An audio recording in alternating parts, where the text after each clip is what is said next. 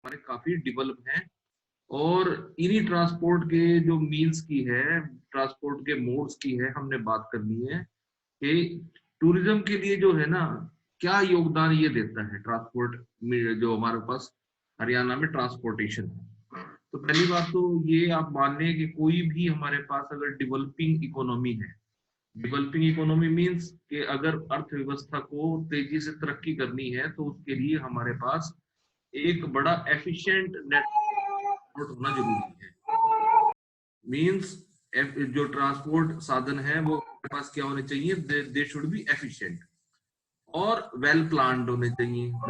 Means it should be scattered at every sector of the state. तो हमारे लिए पहली बात तो हमारे पास क्या है कि हमारे पास वेल प्लान्ड और एफिशिएंट नेटवर्क ऑफ ट्रांसपोर्ट बड़ा जरूरी है अगर हम अपनी इकोनॉमी को डेवलप करना चाहते हैं। रादर हम ये भी कह सकते हैं कि ये एक बड़ा एसेंशियल कंपोनेंट है। तो जो ट्रांसपोर्ट डिपार्टमेंट ऑफ हरियाणा है वो हरियाणा को पर्याप्त, सही तरीके से, आर्थिक रूप से भी ठीक, सुरक्षित, आरामदायक ट्रांसपोर्ट सर्विसेज प्रदान करने के लिए कटिबद्ध है। और ट्रांसपोर्ट डिपार्टमेंट जो है, department of Haryana, transport department जो है हरियाणा का, वो एफिशिएंट सर्विसेज प्रोवाइड भी कर रहा है। और हमने ये भी देखा है कि ये जो ट्रांसपोर्ट डिपार्टमेंट है ये ओवर द इयर्स इसने काफी ग्रो किया है, ओवर द इयर्स इसमें काफी तरक्की हुई है और धीरे धीरे जो है अब हरियाणा जो है वो एक बड़ी अच्छी स्टेट्स में से काउंट होने लगा है। तो आप ये कह सकते हैं कि मीन्स ऑफ ट्रांसपोर्ट इन हरियाणा काफी डेवलप है और धीरे धीरे और ज्यादा बेहतर होते जा रहे हैं। चलो, जब हम पहली जो इसमें बात करेंगे वो हम बात करेंगे रोड ट्रांसपोर्ट की। तो रोड जो है वो बेसिक मीन्स ऑफ ट्रांसपोर्टेशन है, ये तो आप मानते ही हैं। किसी भी इकोनॉमी के लिए अगर आप डेवलप करना चाहते हैं तो हम पहला जो हमारे पास बेसिक कंपोनेंट है वो हमारे पास रोड होना चाहिए। तो अगर हम रोड्स को और ज्यादा स्ट्रेंथन करना चाहते हैं और ये चाहते हैं कि ये एक अच्छा ट्रैफिक की रिक्वायरमेंट के अनुसार हो, ट्रैफिक की रिक्वायरमेंट को पूरा करे, तो हरियाणा सरकार ने काफी जो है वो ध्यान दिया है कि हमारे पास जो रोड का नेटवर्क है उसको इम्प्रूव करने के लिए और उसको अपग्रेड करने के लिए, साथ ही साथ बाईपासिस का भी निर्माण किया गया है, ब्रिजेस का निर्माण किया गया है, पुलों का, रोड ओवर ब्रिजेस, जो रोड्स हैं उसके ऊपर जो है रोड्स, ब्रिजेस का निर्माण किया गया है। और इसके अलावा जो भी रोड कंस्ट्रक्शन का काम था उसे भी पूरा किया। तो जब हमारे हरियाणा में रोड नेटवर्क की बात करते हैं तो हमारे पास नेशनल हाईवे हैं, स्टेट हाईवे हैं, मेजर डिस्ट्रिक्ट रोड्स हैं और अदर डिस्ट्रिक्ट रोड्स हैं। मैंने पहले भी आपको शायद लास्ट सेमेस्टर में हमारी ये बात हुई थी कि 4 तरह की सड़कें जो हैं मेन होती हैं। एक हमारे पास होती है नेशनल हाईवे, दूसरी हमारे पास होती है स्टेट हाईवे, तीसरी हमारे पास होती है डिस्ट्रिक्ट हाईवे और चौथी जो है हमारे पास वो हमारे पास आती है विलेज रोड्स। तो हरियाणा में जो है पूरा इसका नेटवर्क बिछा हुआ है, जितनी भी रोड्स की मैं बात कर रहा हूँ। और जो अगर हम टोटल नेटवर्क की बात करेंगे तो हमारे पास 26,041 किलोमीटर का जो हमारे पास टोटल नेटवर्क है। अगर इन चारों रोड्स को हम जोड़ दें, लेंथ 26,041 किलोमीटर। तो जब हम रोड डेंसिटी की बात करते हैं तो हमारे यहाँ 15 नेशनल हाईवे हैं, 15 नेशनल हाईवे जो कि हरियाणा को क्रॉस करते हैं।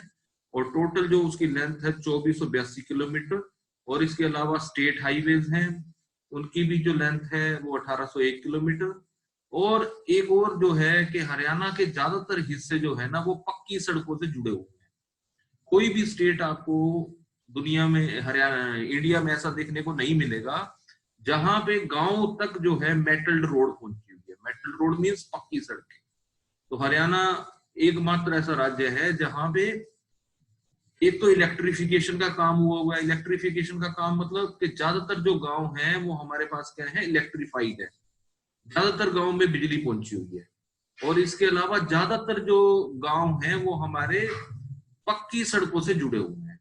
इसके पीछे एक और वजह भी हो सकता है कि हरियाणा जो है एक छोटा राज्य है और इसीलिए यहाँ पे ज्यादा तरक्की देखने को मिलती है। But in spite of that कि हरियाणा जो है एक ऐसा स्टेट है जहाँ पे हमें ये सारी जो है फैसिलिटीज देखने को मिलती है कि गांव सारे टोटली इलेक्ट्रीफाइड है और विलेज जो है they have been linked with metal road. Even the remote areas, the most remote areas of states are linked with metal roads. GT road जो है हरियाणा से पास करती है, जिसको हम ग्रैंड ट्रंक रोड उसका नाम है, और उसको हम कॉमनली जो है जीटी रोड के नाम से जानते हैं। तो साउथ एशिया की सबसे पुरानी और लंबी मेजर सड़कों में से, और जीटी रोड आपको पता ही NH1 जो है उसको हम बोलते हैं, और नेशनल हाईवे नंबर 1। और ये जो है हरियाणा की डिस्ट्रिक्ट कहाँ से पास करती है? जब ये दिल्ली से चलती है तो दिल्ली से ये सोनीपत, सोनीपत के बाद पानीपत, पानी के बाद करनाल, करनाल के बाद कुरुक्षेत्र, कुरुक्षेत्र में इटली, और अंबाला, अंबाला से जो है करती हुई फिर ये पंजाब में एंटर कर जाती है। तो ये डिस्ट्रिक्ट जो है, these districts are covered by national highway number 1। ठीक है जी। और फिर अगर हम बात करें आगे सोनीपत से, तो ये दिल्ली चली जाती है, और फिर दिल्ली से पार करती हुई फरीदाबाद। तो फरीदाबाद भी वो डिस्ट्रिक्ट है जो कि हरियाणा की जीटी रोड के द्वारा कवर होती है। इसके अलावा हरियाणा सरकार ने और दिल्ली गवर्नमेंट ने मिलके एक दिल्ली गुड़गांव एक्सप्रेस वे बनाया है। दिल्ली गुड़गांव एक्सप्रेस वे, जो कि सबसे बड़े टोल प्लाजा में से है इंडिया के। और हरियाणा जो है, ये भी आपको पता है कि हरियाणा में रेल नेटवर्क भी काफी सघन है, और रेल नेटवर्क के द्वारा भी हरियाणा जो है वो कनेक्टेड है सारे भारत से। सबसे पहले जो है, अब मैंने आपको बता दिया, एक आपके पास नेशनल हाईवे है, एक हमारे पास स्टेट हाईवे है, एक हमारे पास डिस्ट्रिक्ट हाईवे होता है, और एक हमारे पास विलेज रोड्स होती हैं। 4 तरह की सड़कें। जैसे नेशनल हाईवे का बताया था, तो नेशनल हाईवे जो है वो किसकी जिम्मेवारी है? वो गवर्नमेंट ऑफ इंडिया की जिम्मेवारी है, कि गवर्नमेंट ऑफ इंडिया उन सड़कों का निर्माण करती है, और उसके बाद वो सड़कें जो हैं गवर्नमेंट ऑफ इंडिया के द्वारा मेंटेन की जाती है, और national highway authority of India के द्वारा, NHAI के द्वारा। तो ये भी मैंने बताया था कि ज्यादातर रोड जो हैं, जो बनती हैं, वो किस तरह बनती हैं? PPP मॉडल पे। PPP model means public private participation. Public private participation. Government के पास इतने फंड नहीं है कि गवर्नमेंट जो है सड़कों में इतनी इन्वेस्टमेंट कर सके, तो गवर्नमेंट क्या करती है? गवर्नमेंट प्राइवेट पार्टीज को इनवाइट करती है। जब प्राइवेट पार्टीज आती हैं तो उनको जो है सड़क बनाने का काम दिया जाता है, वो सड़क बनाते हैं, और उसके बाद सड़क जो है किस बेसिस पे बनती है, ये भी मैंने आपको बताया था। सड़क जो है आपके पास बिल्ड, ऑपरेट और ट्रांसफर, बिल्ड, ऑपरेट और ट्रांसफर बेसिस पे बनती है। मींस प्राइवेट सेक्टर जो है वो सड़क बनाता है, बिल्ड करता है, फिर उसके बाद उसको ऑपरेट करता है, उसको चलाता है। टोल लगा के वो अपना खर्चा निकालते हैं, अपना प्रॉफिट निकालते हैं। गवर्नमेंट के साथ उनकी अंडरस्टैंडिंग होती है, और गवर्नमेंट जो है उनको टर्म्स एंड कंडीशन करके देती है कि ये टर्म्स एंड कंडीशन है, इन टर्म्स एंड कंडीशन पे आपने जो है इनका निर्माण करना है सड़कों का। और उसके बाद जब उनका पीरियड पूरा हो जाता है तो roads are transferred to government, government को वो सड़कें जो है ट्रांसफर करती है। तो this is known as BOT, BOT, build, operate and transfer basis. तो जो नेशनल हाईवेज हैं वो गवर्नमेंट ऑफ इंडिया की जिम्मेवारी है, जो स्टेट हाईवेज हैं वो हरियाणा सरकार की जिम्मेवारी है, जो डिस्ट्रिक्ट हाईवेज हैं उसको डिस्ट्रिक्ट वाइज मेंटेन करते हैं, और इसके बाद रूरल रोड्स है उसको भी गवर्नमेंट ऑफ हरियाणा जो है पूरा करने की उसकी जिम्मेवारी है। गवर्नमेंट ऑफ हरियाणा उसके लिए फंड प्रोवाइड करती है। तो ये आपके पास, हमारे पास सड़कों का टोटल जो है हमारे पास नेटवर्क है। नेशनल हाईवे, ये चारों मैंने आपको बता दी, चारों जो है आपको क्लियर हो जानी चाहिए। इसके बाद अब हम बात करते हैं कि हरियाणा में जो ना एक्सप्रेस वे है। एक्सप्रेस वे मीन्स कि हरियाणा में जो बड़े बड़े एक्सप्रेस वे बने हुए हैं, मीन्स जैसे पहले हम बात करते हैं Panipat elevated express way. Panipat elevated, Panipat में आपको पता है पानीपत में जो है एक जो है ब्रिज ओवर रोड बनाया गया है काफी बड़ा, और इसे जो है काफी जो है ना, मतलब आप कह सकते हैं कि इंडियन जो इंजीनियरिंग है, इंडियन इंजीनियरिंग का एक अच्छा एग्जांपल आपको देखने को मिल सकता है। ये एक्सप्रेसवे जो है ना, ट्रैफिक जो है NH1 पे ट्रैफिक बहुत ज्यादा था दिल्ली और अमृतसर के बीच में, तो और पानीपत में तो और ज्यादा आके कंजस्टेड हो जाता था। अगर पानीपत से आपको गुजरना पड़ता था तो पानीपत में काफी ट्रैफिक जैम की प्रॉब्लम रहती थी। तो ये एक्सप्रेसवे जो है इसको बनाया गया ताकि ट्रैफिक को जो है ना ईज किया जा सके, ट्रैफिक जो दिल्ली और अमृतसर के बीच में नेशनल हाईवे नंबर 1 के ऊपर चलता है। और ये जो इंडियन एलिवेटेड एक्सप्रेसवे है 10 किलोमीटर लंबा है और सारा जो है इसको 6 लेन का बनाया गया है। और ये जो 6 लेन का है ये पानीपत सिटी के बिल्कुल बीच में से ये पार करता है। जो पानीपत के बीच का हिस्सा है जो पानीपत के वो 3.6 किलोमीटर और 3.6 किलोमीटर का फ्लाईओवर जो है जिसमें 6 लेन्स होंगी वो इंडिया में सबसे बड़ा जो है वो आपको पानीपत में देखते हो। तो आपको समझ आ गया कि क्यों बनाया गया था। तो बनाया इसलिए गया था क्योंकि हमारे पास पानीपत में जो है ट्रैफिक की काफी प्रॉब्लम थी और काफी जो है जाम की सिचुएशन रहती थी। और ये जो हमारे पास एक्सप्रेसवे है ये एक्सप्रेसवे टोटल जो है लेंथ 10 किलोमीटर और जो बीच में पानीपत के ऊपर से उठाया गया है वो 3.6 किलोमीटर और 3.6 किलोमीटर का ये जो है इंडिया में सबसे बड़ा है जिसमें 6 लेन्स। तो ये देन अगेन मैंने आपको बताया कि ये बीओटी बेसिस पे बनाया गया था, बिल्ड ऑपरेट एंड ट्रांसफर, और इसको बनाया था L&T Larsen and Toubro. Larsen and Toubro एक बहुत बड़ी कंपनी है इंफ्रास्ट्रक्चर डेवलपमेंट की जो कि पुल वगैरह बनाती रहती है। तो इन्होंने L&T Panipat elevated corridor limited बनाई थी और एल&टी ने ये जो है पुल जो है इसका निर्माण किया। और ये अपने आप में एक बहुत बड़ा जो है ना, मैंने पहले आपको बताया कि अपने आप में बहुत बड़ा इंजीनियरिंग का वंडर इंजीनियरिंग का एक जो है आश्चर्य है। और उस समय जो है हमारे प्राइम मिनिस्टर थे मनमोहन सिंह, तो स्पेशली प्राइम मिनिस्टर जो आए थे इसको पुल को इनॉग्रेट करने के लिए, उसका उद्घाटन करने के लिए। आप ये मान सकते हैं कि जो है ये हरियाणा में एक काफी जो है बढ़िया जो है प्रोजेक्ट हरियाणा के लिए आया और इससे ट्रैफिक काफी ईज हो गया, ट्रैफिक में काफी आसानी आई और अब जितना भी जाता है वो सीधा पुल के ऊपर से जाता है, उसको शहर में जाने की जरूरत नहीं पड़ती पानीपत में, जो कि पहले प्रॉब्लम रहा करती। इसके बाद हमारे पास नेक्स्ट जो है वो हमारे पास है KMP एक्सप्रेसवे। KMP एक्सप्रेसवे क्या है? कुंडली मानेसर और पलवल, कुंडली मानेसर और पलवल। तो ये इसको हम दिल्ली वेस्टर्न पेरिफेरल एक्सप्रेसवे के नाम से भी जानते हैं या हम इसको KMP जो है एक्सप्रेसवे बोलते हैं। तो ये 135.6 किलोमीटर लंबा एक्सप्रेसवे है हरियाणा में। शुरू हुआ था ये जून 2009 में और ये एक्सप्रेसवे जो है दिल्ली बाईपास जो है बनाया गया था ताकि दिल्ली को आप पार कर सके। जो ट्रैफिक जो है नॉर्थ ऑफ दिल्ली से NH1 पे आता था और साउथ दिल्ली में NH2 पे जाता था या वेस्ट ऑफ दिल्ली में NH8 पे जाता था। तो जो ट्रैफिक मतलब दिल्ली में आपको क्या है बाईपास जो है वो प्रोवाइड किया गया। दिल्ली जो है आपको पता है जाम जो है आम बात है और उसको जो है ईज आउट करने के लिए ये बनाया गया जिसका नाम है कुंडली मानेसर और पलवल एक्सप्रेस।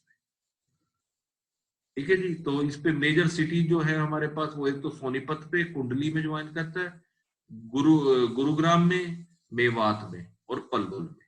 तो ये जो है मेन जो है टाउन्स को ये टच करता है और इनको जो है इनका ट्रैफिक ईज आउट करने में मदद। तो ठीक है जी। अब जो नेक्स्ट हमने बात करनी है वो हमारे पास है दिल्ली गुरुग्राम एक्सप्रेसवे।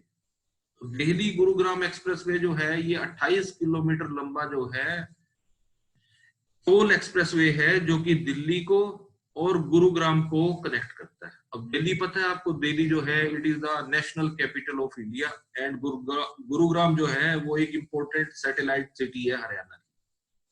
तो इनको दोनों को कनेक्ट करने का काम करता है और एक गोल्डन क्वाड्रिलेटरल प्रोजेक्ट चलाया गया था। गोल्डन क्वाड्रिलेटरल मींस जो वाजपेयी सरकार थी, वाजपेयी सरकार के समय में एक गोल्डन क्वाड्रिलेटरल प्रोजेक्ट जो है स्टार्ट किया गया था। गोल्डन क्वाड्रिलेटरल प्रोजेक्ट क्या था कि भारत की 4 जो मेजर सिटीज हैं जिनकी हम बात करते हैं दिल्ली, मुंबई, कोलकाता और चेन्नई, इन चारों को कनेक्ट करना है। और इन चारों को कनेक्ट करने वाले प्रोजेक्ट का नाम क्या रखा गया? Golden quadrilateral project. मींस दो चारों इंपोर्टेंट सिटीज हैं और चारों को कनेक्ट करना बहुत जरूरी है अगर आप देश को डेवलप करना चाहते हैं। तो इसीलिए ये प्रोजेक्ट स्टार्ट किया गया। और जो हमारे पास ये था दिल्ली गुरुग्राम एक्सप्रेसवे, ये भी उसी का एक पार्ट। तो एम्फेसिस क्या था, एम्फेसिस इसके ऊपर था कि एक तो रोड कनेक्टिविटी को इंप्रूव किया जाए, और चारों सिटीज को कनेक्ट करने वाली जो है दिल्ली, मुंबई, चेन्नई और कोलकाता, इनको 4 to 6 लेन हाईवेज के द्वारा कनेक्ट किया जाए। ठीक है जी। तो इसके ऊपर जो प्रोजेक्ट है ये जनवरी 2008 में स्टार्ट किया गया था। NH8 का ये पार्ट है, और 10 बिलियन का खर्चा इसके ऊपर होने की उम्मीद थी। ठीक है जी। तो ये एक जो है भारत सरकार का एक बहुत ही महत्वाकांक्षी प्रोजेक्ट था, और भारत सरकार ये चाहती थी, उस समय वाजपेयी गवर्नमेंट थी, अटल बिहारी वाजपेयी जो है उस समय used to be the chief prime minister of the country, और प्रोजेक्ट के द्वारा बेटर कनेक्टिविटी के लिए कि सबको कनेक्ट किया जा सके, उसके लिए ये कोशिश की गई थी। तो ये आपके पास है हमारा दिल्ली गुरुग्राम एक्सप्रेसवे। इसके बाद चलो हम नेक्स्ट जो है वो बात करते हैं हमारे पास रेलवेज। हरियाणा में जो है वो रेलवे जो है कैसा कैसा स्टेटस है उनका। तो हरियाणा में जो रेलवेज हैं, हरियाणा जो अच्छी तरह कनेक्टेड है, well connected on the rail network. 96 जो है हरियाणा में रेलवे स्टेशन है, और अगर आप इंपोर्टेंट रेलवे स्टेशन की बात करेंगे तो हमारे पास कालका है, सिरसा, सोनीपत, रेवाड़ी, रोहतक, पानीपत, नारनौल, नरवाना, पलवल, कुरुक्षेत्र, करनाल, जगाधरी, फरीदाबाद, भिवानी और बावल। नाम जो है सभी के, इन सभी टाउन्स के आपने सुने होंगे लगभग। तो ये इंपॉर्टेंट टाउन्स हैं जो कि आपके पास रेल नेटवर्क के ऊपर कनेक्टेड है। अब रेल नेटवर्क बड़ा जरूरी है, देन अगेन ट्रांसपोर्टेशन के लिए, सामान के ट्रांसपोर्टेशन के लिए, पैसेंजर ट्रांसपोर्टेशन के लिए बड़ा जरूरी है। तो इसीलिए जो है ये आपके पास हरियाणा में हमारे पास एक मेजर जो है major well connected rail network है। और जगाधरी का मैंने आपको बताया था, जगाधरी में एशिया की सबसे बड़ी जो है रेलवे वर्कशॉप है। और अंबाला जो है, अंबाला कैंट की जब हम बात करते हैं तो अंबाला कैंट जो है एक बड़ा नर्व सेंटर है। अंबाला कैंट से काफी सारे स्टेट जो है रेल नेटवर्क के द्वारा आपस में कनेक्ट हो। तो हम ये कह सकते हैं कि हरियाणा में एक जो है वाइड नेटवर्क है रोड्स का, इसका रेलवेज का। और रेलवे जो है, अब कुछ मैं आपको इम्पोर्टेंट जो है और रूट्स भी बताता हूँ ये जो कि रेलवेज के द्वारा कनेक्ट होते हैं। अगर एक आपने दिल्ली शिमला का सुना होगा, दिल्ली से शिमला को कनेक्ट करने के लिए जो जाएगी वो भी हरियाणा से होके गुजरती है। इसके बाद अमृतसर हावड़ा जो जाती है वो भी हरियाणा से होके गुजरती है।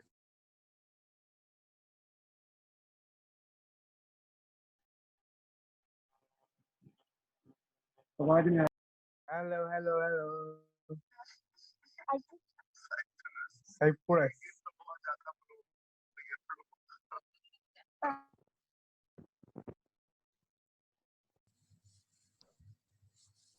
हाँ जी, तो मैंने आपको ये बता दिया कि हमारे यहाँ जो मेन हमारे पास रेलवे रूट हैं जो कि हरियाणा से पास कर रहे हैं। जैसे एक हमारे पास अमृतसर दिल्ली का है, एक हमारे पास भिवानी रोहतक और दिल्ली का है, दिल्ली फिरोजपुर है, कालका हावड़ा, दिल्ली शिमला, रेवाड़ी अहमदाबाद, अंबाला फिरोजपुर, कालका जोधपुर और अमृतसर हावड़ा।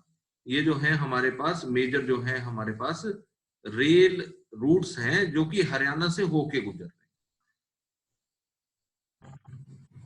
हाँ जी, तो ये हमारी बात होगी कि हरियाणा में कौन कौन से मेजर जो है रेलवे रूट्स पास कर रहे हैं। इसके बाद जो हमारे पास नेक्स्ट जो इंपोर्टेंट रेलवे का प्रोजेक्ट है वो हमारे पास है रैपिड मेट्रो रेल गुरुग्राम। तो रैपिड मेट्रो रेल, मेट्रो जिसे आप जानते हैं, तो under construction rapid transmit system है गुरुग्राम में, और दिल्ली मेट्रो के साथ इसे कनेक्ट कर दिया गया है। यूज टू कनेक्टिंग है, ऑपरेटिंग है। तो गुरुग्राम जो है it is totally connected by metro to Delhi. जो इसे बनाया गया था वो था रैपिड मेट्रो दिल्ली गुरुग्राम, जो है एक लिमिटेड बनाई गई थी, और इम्पोर्टेंट सैटेलाइट टाउन्स को वो आपस में कनेक्ट करती है। जैसे हमारे पास फरीदाबाद है, गुरुग्राम है, बहादुरगढ़ है और कुंडली है। तो इनको आपस में कनेक्ट करने का काम करती है। और धीरे धीरे आपको पता ही है कि मेट्रो का नेटवर्क और बिछाने की कोशिश की जा रही है, और एनसीआर जो रीजन है उसको बढ़ाया जा रहा है। NCR region means national capital region, जो दिल्ली और उसके आसपास सैटेलाइट टाउन्स हैं जिनका एनसीआर बनाया गया है, अब उसे धीरे धीरे बढ़ाने की कोशिश की जा रही है, और सोनीपत और करनाल करनाल को भी उसमें इंक्लूड करने की कोशिश की जा रही है। अगर हम एनसीआर में शामिल हो जाता है कोई भी टाउन, तो उसका फायदा क्या होगा? एनसीआर में टाउन होने का शामिल होने का सबसे बड़ा फायदा क्या है कि उसकी development on the pattern of Delhi होगी। कैसे होगी? जैसे दिल्ली की डेवलपमेंट हुई है उसी पैटर्न पे उसकी भी डेवलपमेंट। तो ये हरियाणा के लिए एक अच्छा स्टेप है कि हरियाणा के अगर टाउन जो है वो उसमें आ जाते हैं तो उससे हरियाणा का फायदा ही होने वाला है। इसके अलावा मैंने आपको ये बता दिया कि हरियाणा तीन तरह की जो है ना, अगर हमने रेलवे लाइन की बात की थी तो रेलवे लाइन जो है वो तीन तरह की हमारे पास होती है। एक हमारे पास होती है ब्रॉड गेज, एक हमारे पास होती है नैरो गेज, और एक हमारे पास होती है मीटर गेज। तो तीन गेज की हम बात करते हैं। मींस अगर पटरियों के बीच का डिस्टेंस 1 मीटर का है तो हम उसे क्या बोलेंगे? Meter gauge.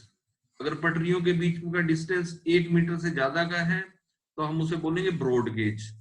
और अगर दोनों पटरियों के बीच में जो डिस्टेंस है वो 1 मीटर से कम है तो उसे हम बोलते हैं नैरो गेज। तो तीन तरह की गेज होती है। लेकिन अब क्या कर रही है जो इंडियन रेलवेज है, वो यूनी गेज का उन्होंने प्रोजेक्ट चलाया हुआ। यूनी गेज का मतलब कि सारी जो है वो गेज को क्या कर दिया जाए, 1 मीटर का बना दिया जाए। तो इसे बोलते हैं यूनी गेज प्रोजेक्ट। अब हरियाणा में जो है ज्यादातर जो है वो रोड जो है, ज्यादातर जो हमारे पास रेलवे है वो कनेक्टेड है ब्रॉड गेज के द्वारा। ठीक है जी। मेन जो हमारे पास रेलवे स्टेशन है वो चंडीगढ़ का है, Chandigarh being the capital of Haryana. और इसके अलावा अंबाला कैंट, अंबाला सिटी, बहादुरगढ़, बल्लभगढ़, बावल, भिवानी, फरीदाबाद, गुरुग्राम, हिसार, जगाधरी, जाखल, करनाल, कुरुक्षेत्र, लोहारू, महेंद्रगढ़, पलवल, सिरसा, सोनीपत और कालका, ये हमारे पास हरियाणा में जो आपके पास मेजर रेलवे स्टेशन। तो ये हरियाणा के टोटल मैंने आपको बता दी हरियाणा के रेल नेटवर्क की बात। यहाँ पे हम विराम लेते हैं और कल जो है ना हम हरियाणा के एयरपोर्ट्स की बात करेंगे। हरियाणा में कौन कौन से एयरपोर्ट्स हैं और क्या वो एयरपोर्ट जो है हमारे पास पैसेंजर ट्रैफिक के लिए या चालू हैं या वो फौज के काम आते हैं या वो सीखने के पॉइंट ऑफ व्यू से हैं। तो कल जो है हम बात करेंगे हरियाणा के एयरपोर्ट्स की कि हरियाणा में एयरपोर्ट कौन कौन से। इसके बाद नेक्स्ट जो है वो हमने बात करनी है, इसके बाद हरियाणा रोडवेज की बात करेंगे। हरियाणा रोडवेज मीन्स हरियाणा में ये जो बसें चलती हैं कितनी तरह की बसें हैं और कौन इनको ऑपरेट करता है। हरियाणा की बसों के बारे में एक आपको बात बताते हैं कि हरियाणा की जो बसें हैं ना हिंदुस्तान में सबसे बढ़िया बसेस में काउंट होती है, सबसे कंफर्टेबल बसेस में काउंट होती हैं। सेफ भी, स्विफ्ट भी, तेज भी है और उसके अलावा सेफ भी है बसेस। तो हरियाणा रोडवेज के बारे में बात करेंगे। हरियाणा रोडवेज का क्या नेटवर्क है, हरियाणा रोडवेज जो है कितनी तरह की बसेस चलाता है, तो उसके बारे में भी हम बात करेंगे। और कुछ